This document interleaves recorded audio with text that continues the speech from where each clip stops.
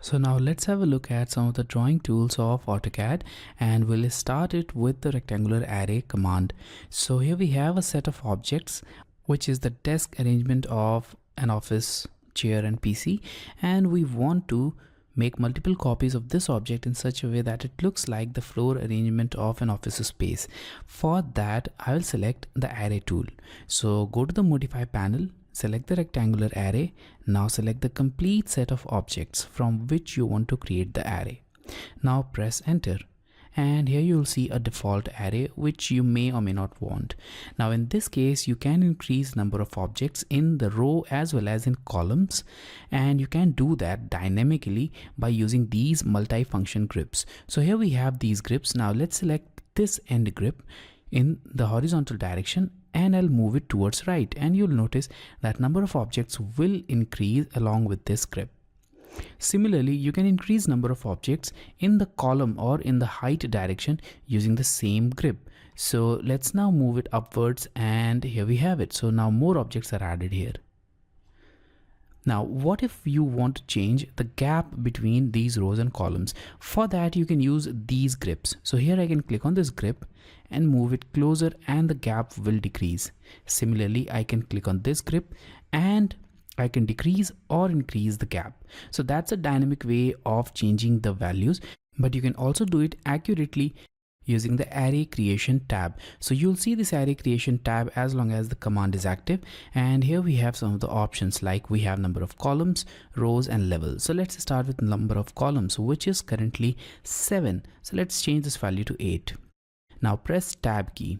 Okay, now after that we have the spacing between these columns, which is set to 2387 units. Now what if we want these objects to remain very close to each other? For that, we need to change this value. We need to decrease it actually. So I'll change it to 1500.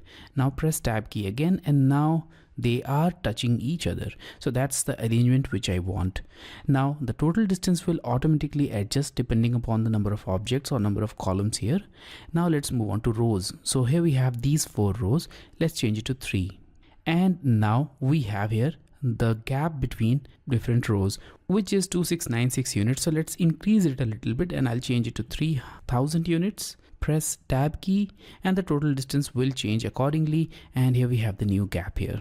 Now we have the levels, and levels are simply the number of objects in the z-axis which will not be visible as long as you are in this 2D space.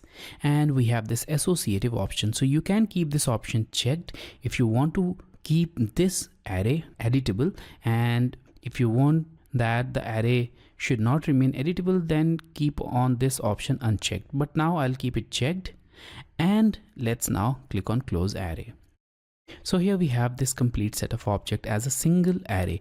Now even when you click on any of these objects from this array, the complete set will be selected, and the array tab will appear with these options. Now you can again modify the values in this row and column, and you also have some of the additional options here. So using these options, you can even modify it further.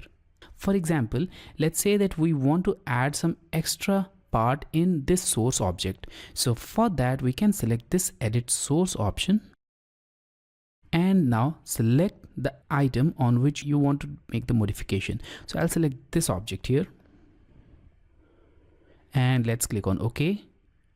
So here we have this array. Now we can modify it. So in order to modify it, I'll select the circle tool, and I'll make a small circle here. So that will act as a small gap here, which is used for the cables in the table, and I'll copy it over here as well.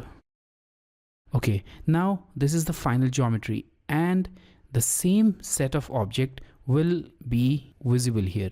So as soon as you add any modification in the source object, the change will be propagated in all the arrayed objects here everywhere. Now in order to save this, go to this last panel and click on save changes. And here we have it. The changes are saved, and now all the arrayed elements are now similar. In these cases, the gap between the array row and array column is simply the gap between any two corresponding points. So in the initial case, we have applied an array row gap of 3000 units, which is the gap between any two corresponding points. So for example, if you take this top left point as any reference point, then the distance between this top left and the second top left point will be 3000 units. Similarly, for the columns, the corresponding distance between the points will be equal to the gap which you have specified. So here we have this top left corner, so the gap between this top left corner and the top left corner of the second object will be equal to 1500 units, which we have specified. So this was all about the rectangular array tool of AutoCAD.